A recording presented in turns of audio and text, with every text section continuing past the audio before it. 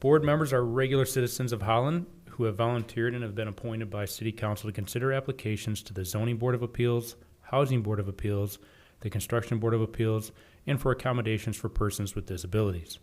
This board must interpret each application as it relates to city ordinances. This board is not empowered to rezone or to take any action that could be considered rezoning.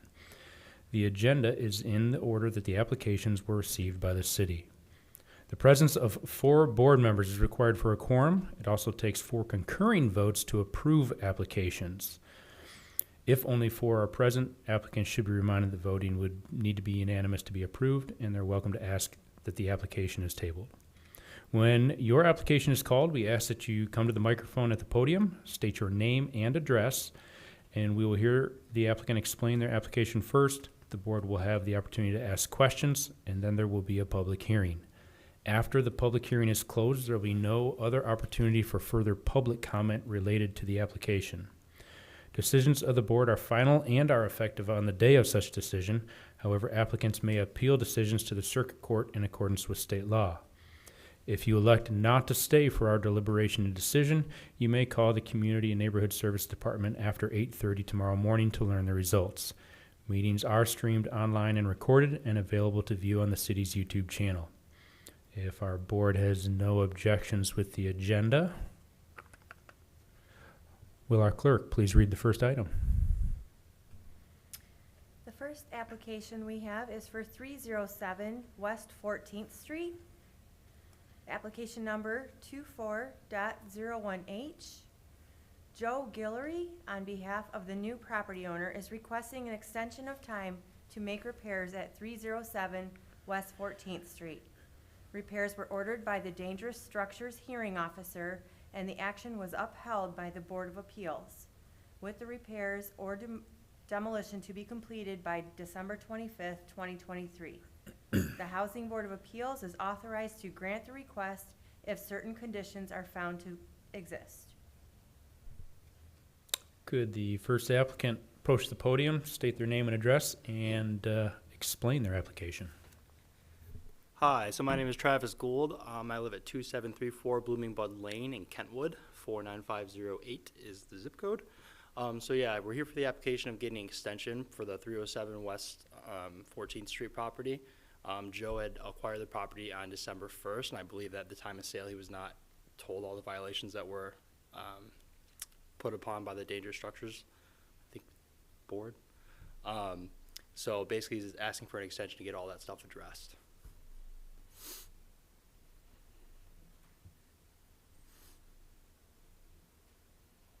And are you the contractor? So I'm not the main contractor. I don't know, where did that come from? So Yeah, it was over here. No, we do have a contractor though. We have a builder. If you want that information, I do have it right here for you. No, as I well. was just curious how you were relating into the whole thing. I've worked with Joe before, Okay. and then he's out of town, so he had me come here Oh, and do okay, it. gotcha. Yep. Very good. And then we'll probably be doing the drywall actually there too, and the painting. So I have seen the property, and it's not Not pretty. greatest. So you've been in the property, you know the condition it's in. Yep. And it is currently vacant? Yep. Because I believe last month when we were here, there were still some occupants in there. Yeah, no, it's vacant. And you feel this is something that can be taken care of? Yeah, This is absolutely, with the something- right people, for sure. Okay. Really the biggest thing was just that structural wall. I don't remember which side of the house it is in terms of like cardinal directions, but it shared with the kitchen. There was sagging that was going on there. Right. That would be the main thing that I noticed. Some fire damage in the rear of the home, am I correct? From the memory, porch I or- don't know. I know the porch needed to get taken down too. He's got the building or the roof trusses getting delivered too. He's doing some work on the roof. I know that as well. Okay. And then just like simple cosmetic stuff. So like I said, the drywall, flooring, painting, run of the mill, what you would do for an investment property. The application does say all repairs will be completed on or before May 15th, 2024. Yep. Is that an appropriate timeline? Do you think that's possible? Okay. Yep, I do. There's a deadline. I know right now they're just waiting on permits to get through. Once that's done, within 2 weeks, then they're gonna go ahead and get started. Like I said, the first thing's gonna be the roof. That stuff's getting delivered, to my knowledge. It's gonna be 2 weeks from yesterday, so Wednesday the 7th. You said, Yeah, I think Okay, part of okay. this is we're really, I don't know if we're as concerned about when it's gonna be finished as much as it is when it's gonna get started as Gotcha. well. I think that's because this is something that definitely does affect, the neighborhood and the surrounding, and can affect people's lives, Yeah, obviously. absolutely. So when do you think is a reasonable time to have the building permit pulled and approved, ready to go? Say within the month of February, for sure. Mhm, So 2 to 3 weeks from today. mhm. If I look Has the at scope permit been there. applied for? That I do not know. Has work started at all on the home inside? No, not inside. Okay. It's just gutted out. They did do a demo actually as well, but nothing's been put up yet because they got to address those other issues first. So we have there's demo, $14,000 deposit has been put down as well. You feel that the contractor that you've hired understands the work that needs to be done to satisfy the city's? Yeah, that's why he switched. I know before, I think there's 3 different companies that he had listed. He switched over to a different one because he feels that's a better course of action for it. Mhm. Okay.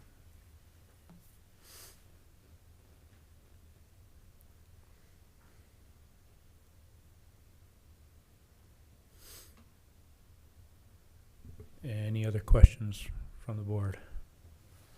No, I think just to keep it clear that no work can be done till till the permits have been, pulled, approved, et cetera. I Yep. appreciate your expediting the process, but just be aware that anything you venture on your own, trusses, et cetera, without approval, may be subject to change.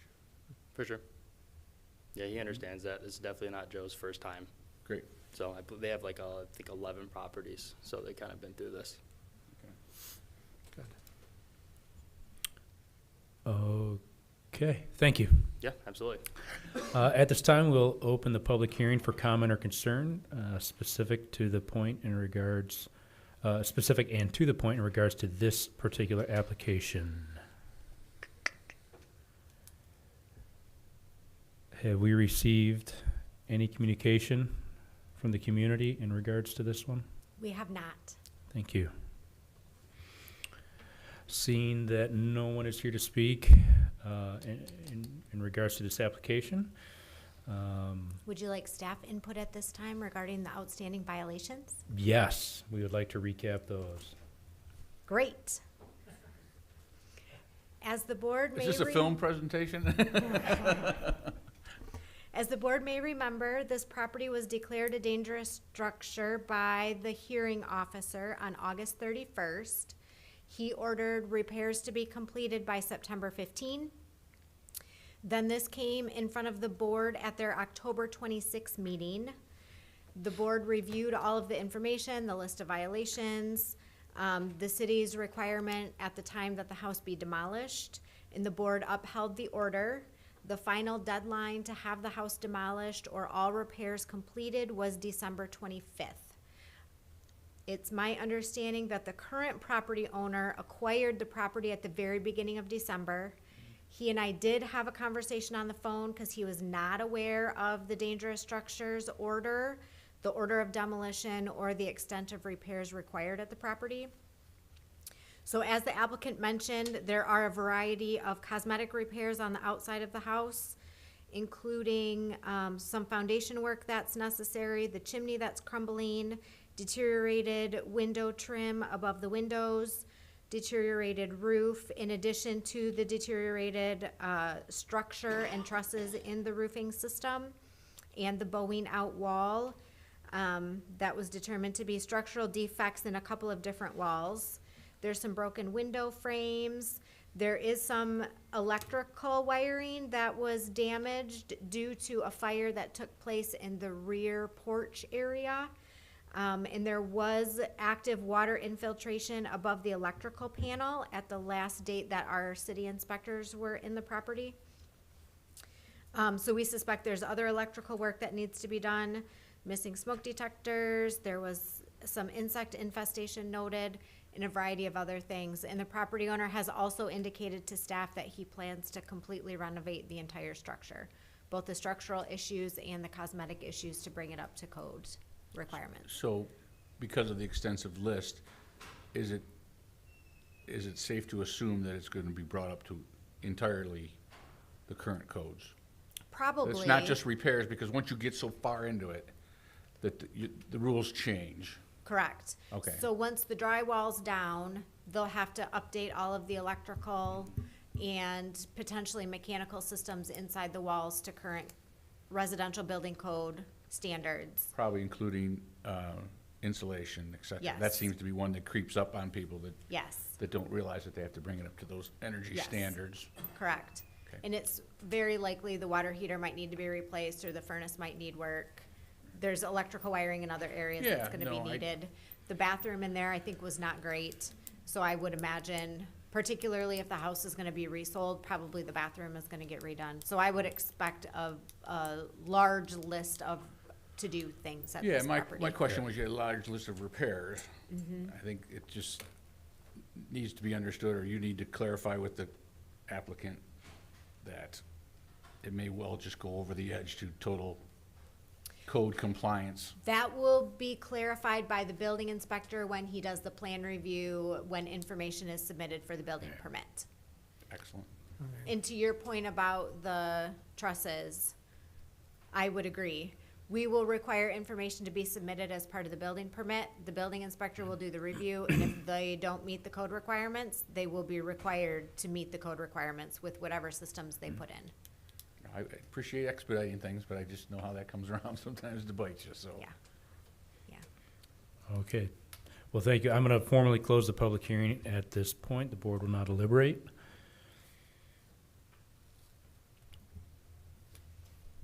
I don't know, maybe I'm,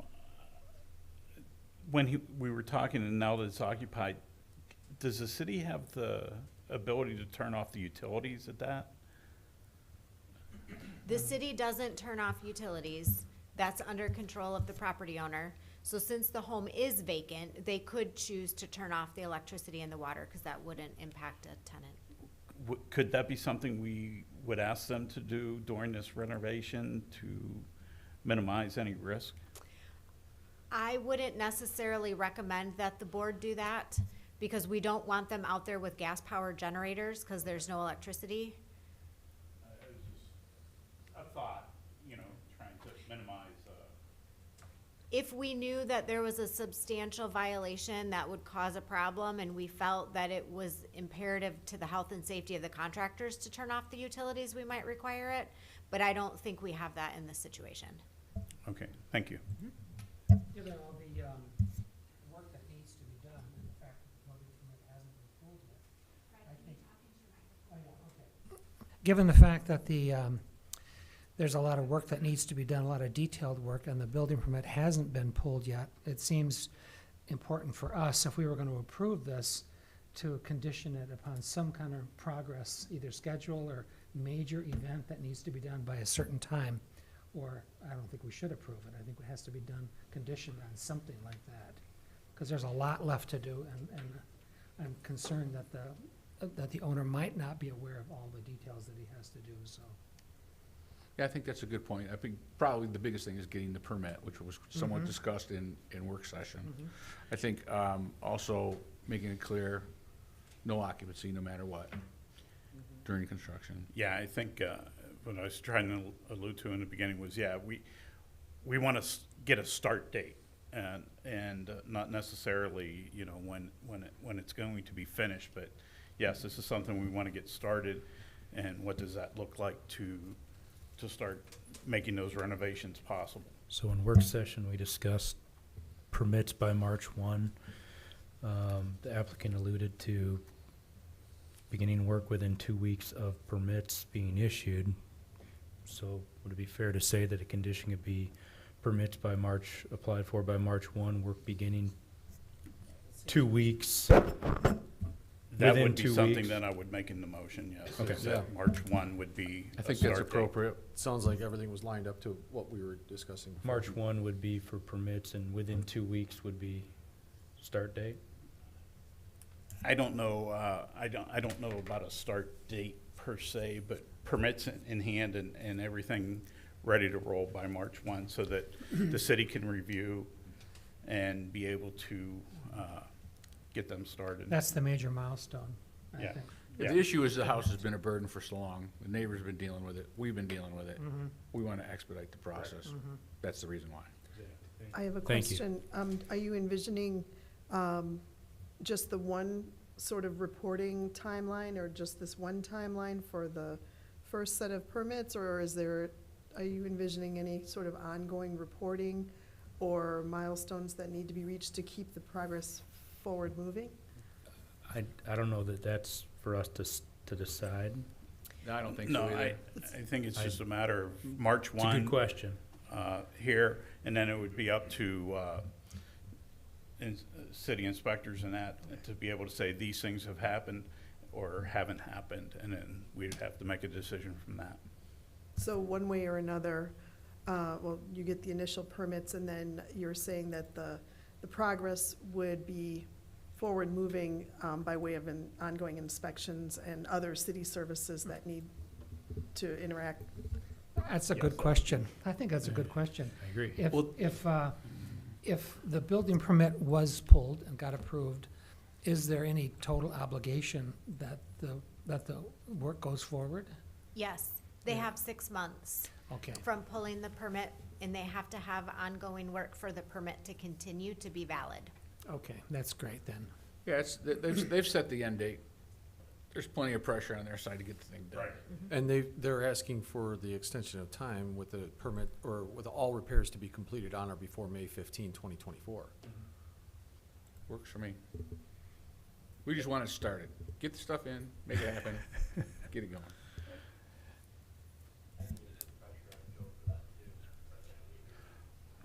Perfect. Anything else, or are we looking for a motion? Any other comments? Then I would make a motion that we approve the request. I second. Thank you. The applicant sent a representative and was able to help us answer some of these questions. And thank you for that, Travis. The city did present evidence of the violation and the corrective action that's needed, and that will be shared with the homeowner, and has that already. Will compliance with the city's requirements impose undue burden upon the applicant? Yes, and it's something that we need to take care of from a city standpoint. So we appreciate the evidence on that. I guess we're all done with the staff input at this point, because we've read the violations, and those are in record. So that's done. Will the health and welfare and safety of the occupants, it's got to be very clear that there will be no occupancy until the house passes final inspection from all the repairs that need to be done. And we want to put in there that all required permits to be able to move forward are applied and handled by March 1st, 2024. And David, do you think that the applicant presented an alternate proposal that would satisfy the requirements of the code in lieu of demolition? Yes, I do, as far as the applicant and the work that has been presented to us so far today.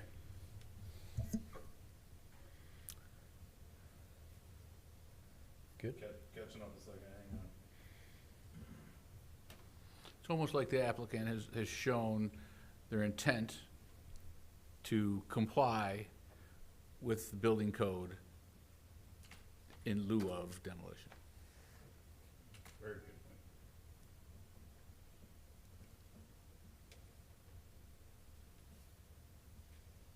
point. All right, I just want to back up. We may not need to now because you guys have established the orb, but you said that compliance with the city's required corrective action would impose an undue burden on the applicant due to unforeseen circumstances. What were those unforeseen circumstances?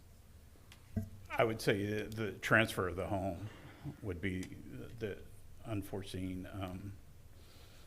This is something that just made aware of by the city at the transfer time.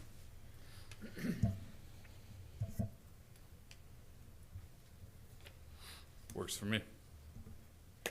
Okay, I think we just need a call for vote.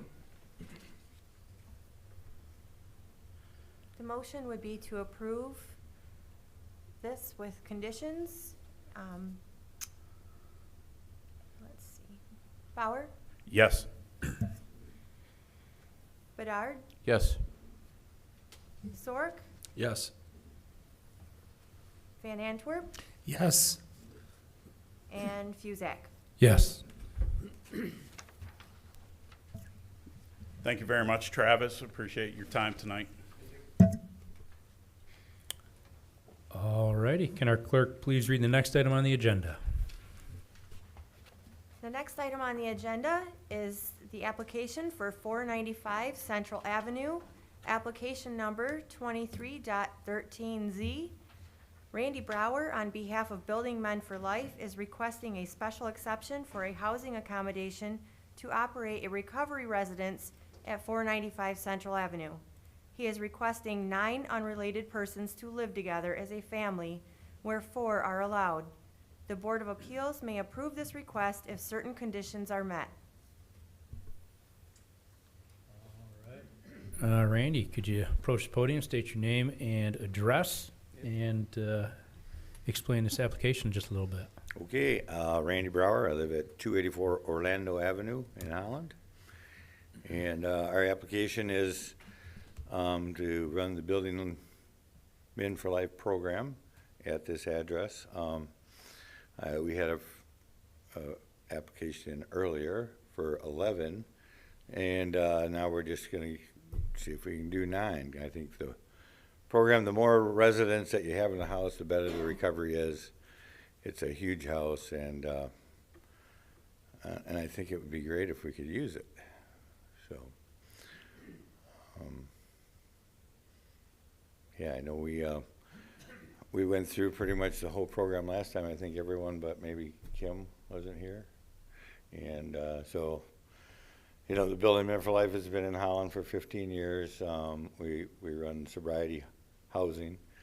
Guys that are in sobriety are considered to be disabled, so they fall under the Disabled Freedom Act, and should have be treated like a single family. So we like our homes to run as they're a single family in a group, provide support for each other, and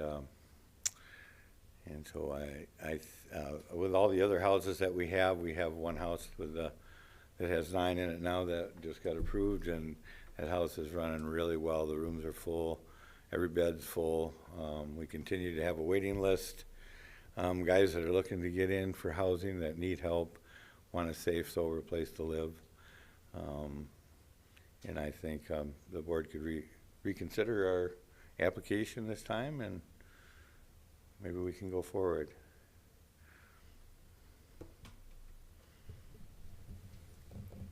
I had a question, and you might have addressed it last time, but we were chatting in advance of this hearing. Is there a length of stay? Is there an average length of stay, a required maximum? What are the parameters for length of stay with the residents in the house? Okay, we kind of leave it up to the individual because it's where they're at in their life, right? It's their life. They're trying to put it back together. Our level 1 homes, which this home is, so the average length is about 6 months. And a guy will stay there. Then he'll transition into one of our level 2 homes, which are a little bit smaller houses, less guys. They get a single man room then. They don't have a curfew at a level 2. So some other things that make it just a little more you're on your own, you know. And then they can stay there. We've had guys stay up to 4 years with us. One thing is they like it's affordable. In the city of Holland, it's awful hard to find a home for, you know, we charge them $650 a month. You just can't find that price anywhere else, you know, for housing. You know, you want an apartment, you're into $1,100-1,200 a month. So So it's affordable living for them. A lot of them like that, so they stay. A lot of them then in turn also pick up jobs with Building Men for Life that they can volunteer. They run groups. We have a Bible study group. We have core members in our program that have been there a while that help to lead it, right? They become house managers. We have other guys that we call them accountability or recovery coaches that will go around and help. So the program just keeps building itself and making itself stronger with longer core members. So And just to refresh my memory, is this a level 1 or 2? this is a level 1. Level 1, okay. Yep. And so that consists of that live-in, on-site house manager. Yep, all the houses have that, but Okay. but this one, they have a sign-in, sign-out sheet that they have to do. A lot of guys are brand new right out of a treatment center, or maybe they came from jail, or right off the streets. So they get a little more attention at a level 1 house. And there's a curfew and. Curfew at night, yeah, weekends. And we provide transportation at the level 1 houses a little bit for these guys to get to their meetings a week. Most of the guys there are doing outpatient treatment with either Samaritox or Reach for Recovery here in town, some of the counselors. So we kind of help the guys to make sure that they are attending their meetings and getting whatever help they're needing, For level 1 people, is it important that you have more than one person per room? Yes, I think the recovery works better that way. If you have a guy right, if you don't have a room, you can close the door and isolate in. Some guys, that's a big downfall, being lonely. Mm-hmm. A lot of guys don't really like having a roommate, but it seems to work the best. If a guy is having trouble, the other guy kind of, hey, what's going on, and they can talk about it, or it comes to our attention sooner if there's a problem. So the 2-man room works excellent. Occasionally the 1-man rooms are nice for the guys that snore a lot, but so this house at 495 has the upstairs has the two-man rooms and 2 single-man rooms upstairs, and then down on the main floor it has the house manager single-man room and another 2-man room. So seems to be balanced well. For both floors have full baths, and it can be a well-run house. So You mentioned something about a waiting list. Is there a large number of people in our community that is trying to? I think we have 15 right now that are on a waiting list. Guys transferring from the Chester Ray Treatment Center or from Bear River are on our waiting list to come down here, that want to live in Ottawa County, or they're from Ottawa County.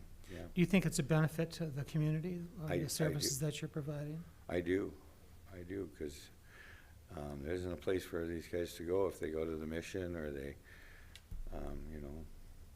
kind of tough out on the streets. We had a guy this week sleeping in his car, and it was pretty cold. And another guy that had come down from Traverse City, and he was, his sister lives in the community, so she was helping him out, but he's waiting to get into our program. And yeah, I think it's a good ministry that we're running, and I think we have a better success for these guys. To getting sober and getting off drugs isn't easy, and so when they need help, they need more accountability, and we try to offer that to keep them on the right path. One more question. It seems like this isn't your first time before this board, and we've Right. discussed this quite a bit. But it seems like there's always neighbors that are concerned or a little bit afraid of how this will fit into their community and whether there will be disruption caused by the tenants here. And so they voice some kind of concern about it. And I just wonder what your track record has been in our community for having these homes fit into the neighborhood and it fit in well with everybody, with your neighbors. I think at first, everyone's a little bit reluctant, that they have the, I think they call it NIMBY or not in my backyard syndrome, that goes around. And but after we've been in the neighborhood for a while, I think they go, hey, these guys are all right. These guys are all sober, and maybe the guy on the other side of the house isn't. But we haven't had a lot of complaints. Tricia would probably know if we've had any lately. I know at first coming in, people, they have the fear, of what's it going to be like, and I think when you know that all these guys are trying to rebuild their lives, we have them on a pretty strong structure where they're getting good counseling. We kind of encourage them to pick a church of their choice, which is also probably in the neighborhood. The guys on 14th Street, they go to the boulevard across the street. They just love it. They do the men's group there and they do the services. And so that, that worked out. But I remember going into that neighborhood, there was a little push. In fact, they thought we had too many houses in that one little area. And then there's My House Ministry. There's a girls' house that was like 2 doors over. We didn't know they were there. So I think coming into a neighborhood, everybody's going to come back anyway. They're going to be somewhere in our community.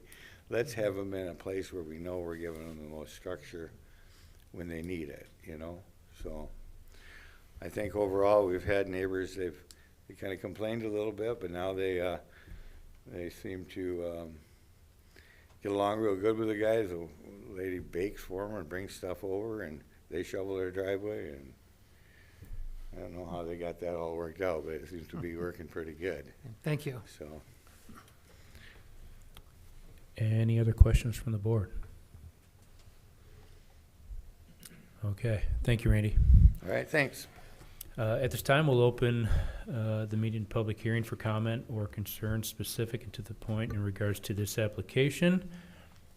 Seeing that there is nobody else here to speak on this.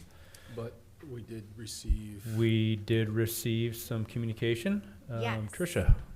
We received 2 emails, both in opposition of the application. The first email is from Marcus Wonder at 720 Apple Avenue. I'm not going to read it verbatim because it's quite long, but I will summarize his comments.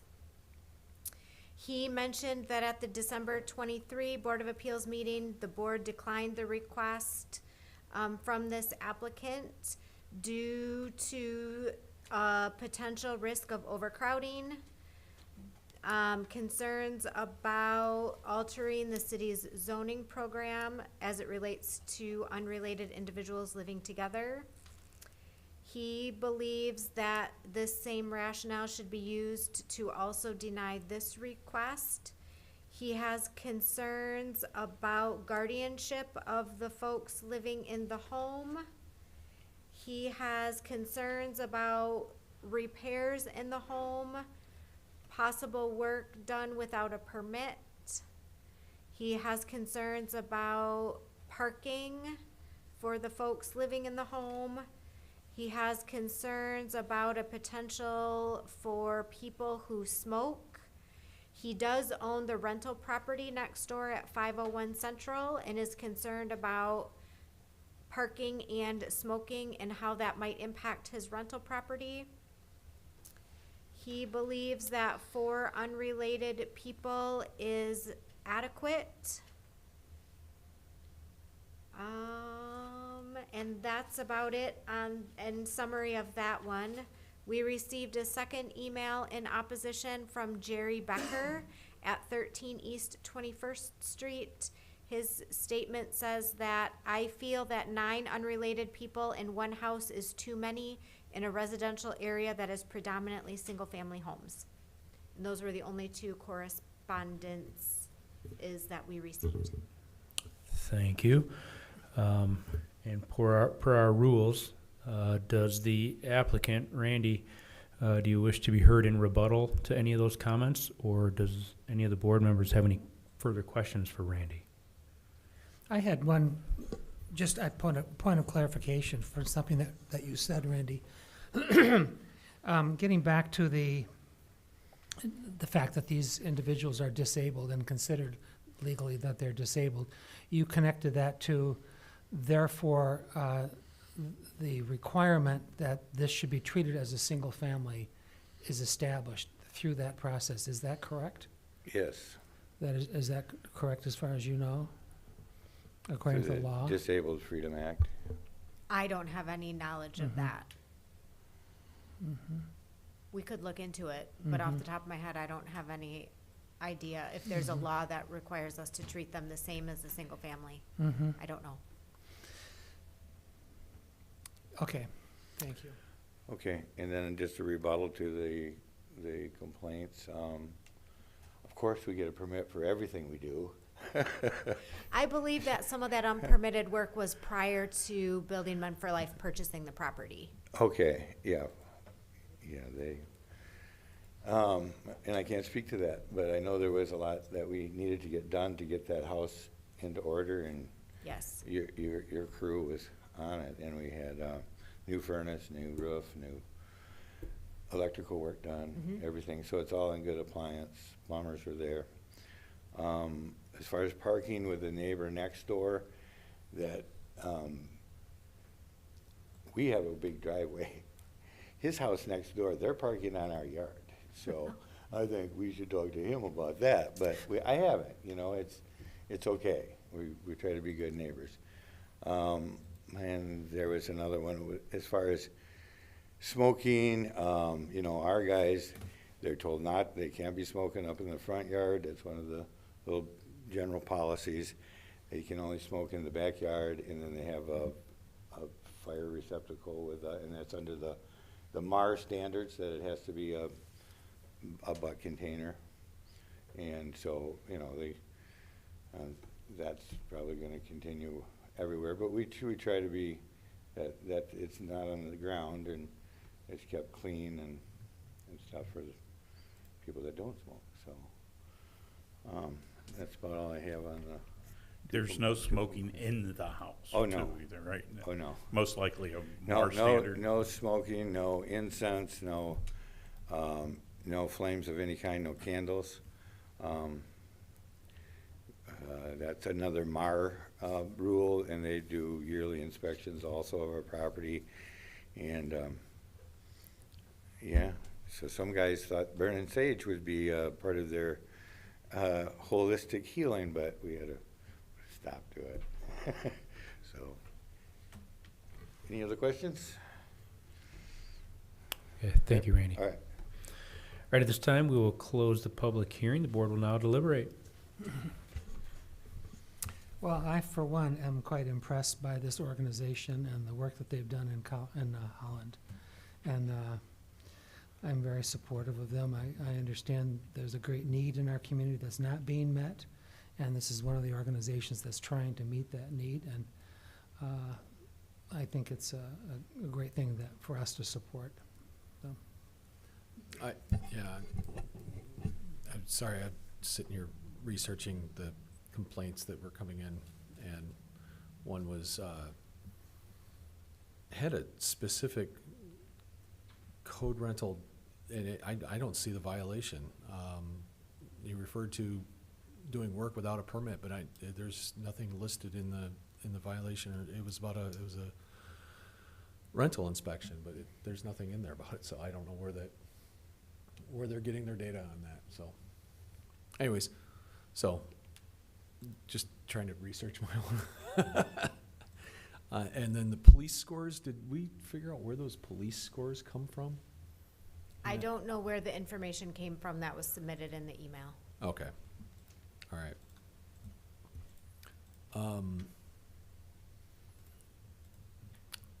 I would like to make a motion to approve the request for 9 unrelated persons to live together where 4 are allowed.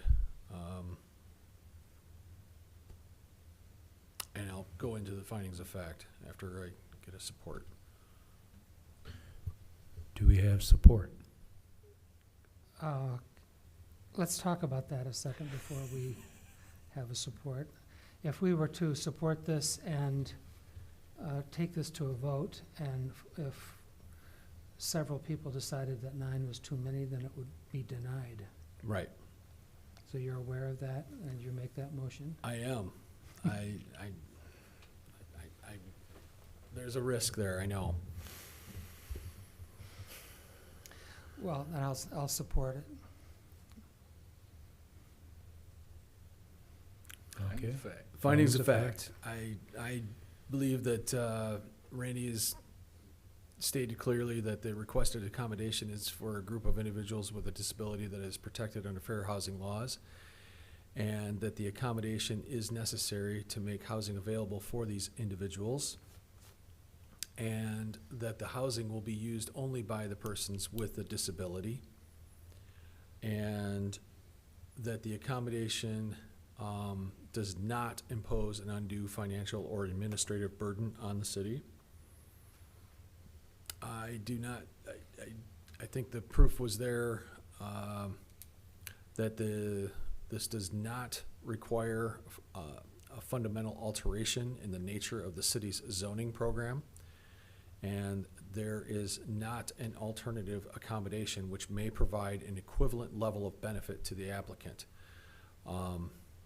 I also, under some additional factors here, I think the recovery residence is licensed, Randy has shown previously that the recovery residence is licensed by the state as a substance use disorder facility.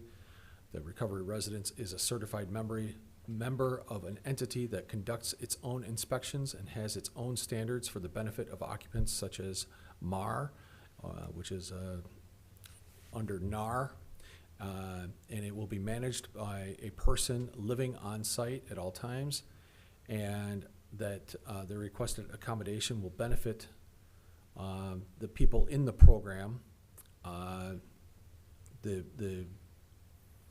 This requested accommodation will benefit the people in the program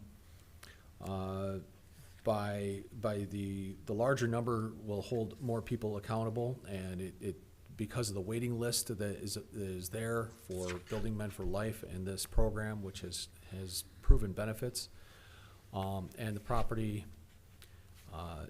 is not within 500 feet with another property granted such accommodation in the city. So I think the city's already considered those other factors, but I just wanted to get those clear out there as well. So. I appreciate the speed with which you did that. But there are a lot of cases out there saying that we can't just restate the factors, which I didn't actually hear any specific facts aside from just restating the factors. So I am very sorry, but Let's go through them again. let's do it again. Let's from do the it again. top. Let's do it again for posterity. All right. So I think you need the why. The why. Yeah, so Which is would the be requested what was- accommodation for a group of individuals with a disability that is protected under the fair housing law? What is the disability? The and how is it- disability is Addiction. the addiction, correct, and the sobriety, the addiction. The substance abuse, the past substance abuse and the recovery from the substance abuse, and that the accommodation is necessary for these individuals to hold each other accountable to recover effectively, And to give each other support. and for support.